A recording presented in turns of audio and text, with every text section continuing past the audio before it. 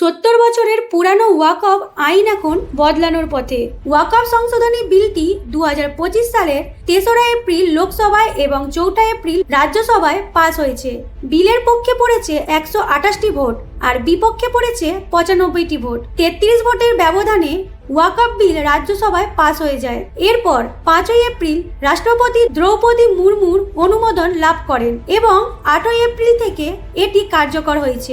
রাজ্যসভায় বিল পেশের সময় কিরেন রিজিজু দাবি করেন, নতুন সংশোধনী পাস হয়ে গেলে ওয়াকফ সম্পত্তি থেকে রোজগার বাড়বে বোর্ডের। নতুন আইন অনুযায়ী ওয়াকফ শব্দের অর্থ দেওয়া হয়েছে ঐক্যবদ্ধ ওয়াকফ ব্যবস্থাপনা, ক্ষমতায়ন, দক্ষতা ও উন্নয়ন। আইনে উল্লেখ রয়েছে কোনো জমি ওয়াকফ কিনা সেই সিদ্ধান্ত নেবেন সংশ্লিষ্ট জেলার জেলাশাসক। এছাড়াও ওয়াকফ বোর্ডে অমুসলিম প্রতিনিধিদের থাকার সুযোগ রাখা হয়েছে এবং বোর্ডের ওপর কেন্দ্র ও রাজ্য সরকারের নিয়ন্ত্রণের কথা বলা হয়েছে। তবে লোকসভায় বিতর্কের সময় কেন্দ্রীয় স্বরাষ্ট্রমন্ত্রী অমিত শাহ আশ্বস্ত করেন, ওয়াকফ বোর্ডে কোনো অমুসলিম সদস্য থাকছে না, এমন কিছু এই আইনে নেই। এই আইনকে ঘিরে বিতর্ক এখনো থামেনি। ডিএম এই আইনকে চ্যালেঞ্জ জানিয়ে সুপ্রিম কোর্টে মামলা করেছে। এই নিয়ে জায়গায় জায়গায় চলছে মুসলিমদের বিক্ষোভ। তারা এই আইন মানতে নারাজ। তাদের দাবি, কেন্দ্র সরকারের আনা ওয়াকফ সংশোধনী বিল 2025-এ ধর্মীয় অধিকার ও সম্পত্তির ওপর